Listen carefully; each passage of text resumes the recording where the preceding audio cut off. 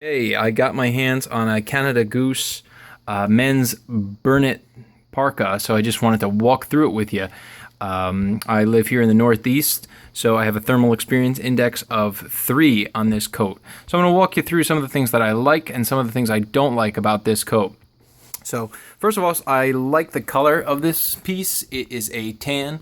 Canada Goose doesn't make too many tan parkas, or at least in my part of the country, they are not incredibly popular, so I thought it stands out a little bit.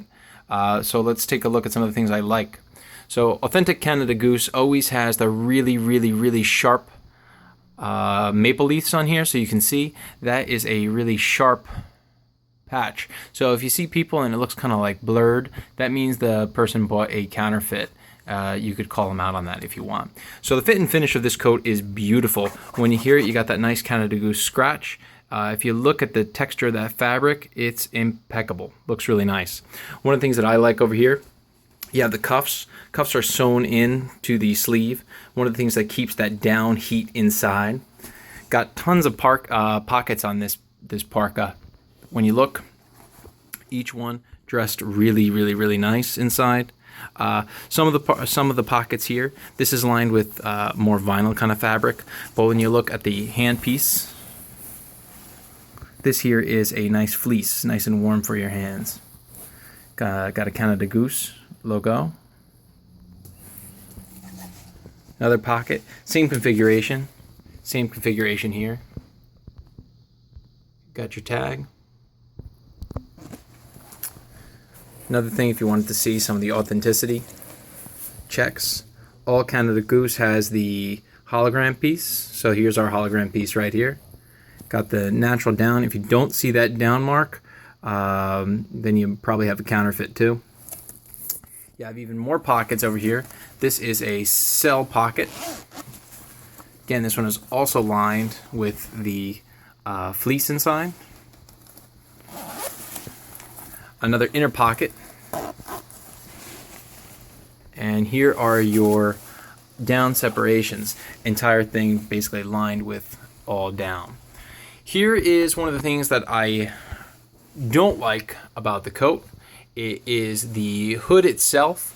I'm not a big fan of the fur on some of the Canada Goose pieces, but what I think was something that was lacking in this design is a pull drawstring on this hood. So since there is no drawstring, I imagine if you're caught in any kind of wind here, that might send that hood flying. But what I do like though is the really soft build of that fleece. Again, I didn't opt for a fur-lined piece. I'm not really too big on the whole coyote fur thing, so I went for the just plain fleece. You got the shoulder epaulets to kind of just dress it up a little bit. I've heard some people like to store gloves and things like that, but I think that's a little over the top. It's not really for me. I think it looked a little bit ridiculous rolling around with gloves over here, but that's what I've heard. I don't know. One of the other things I've heard about this particular piece, some people, these pulled draw straps over here, if you pull them over time, it's one of the only things that I think that maybe Canada Goose maybe chinsed out a little bit on. Everything's really high quality except for these pull tabs, and I noticed some of the reviews kind of complained about it. So you can see it's a little bit kind of flimsy. This elastic here does look a little bit flimsy to me too. You compare that to some of the more beefier components here, like the zipper. I mean, that's a legit zipper here. So that's one of the things that I noticed that was kind of stood out for me as a drawback. So here, let me take you through the back of this coat. Okay, so here's the back of the coat. This is what it looks like. Here is our hood again. When you see it from the back, looks a little bit different from most Canada Goose. You can see the back logo here. Sort of hides a little bit from the hood itself, but you know it's there. You can see it if the hood is up. It's a pretty good size tag too, if you're interested. It's a pretty heavy piece too. So coming back again to that hood. So the hood itself, it can come off if you don't really want it there, if you wanted to show off that back logo. I'm going to keep it on. I am kind of a hood person. Like I said, no drawstring though, but it does come off. You can see the zipper right there if you did want to detach it.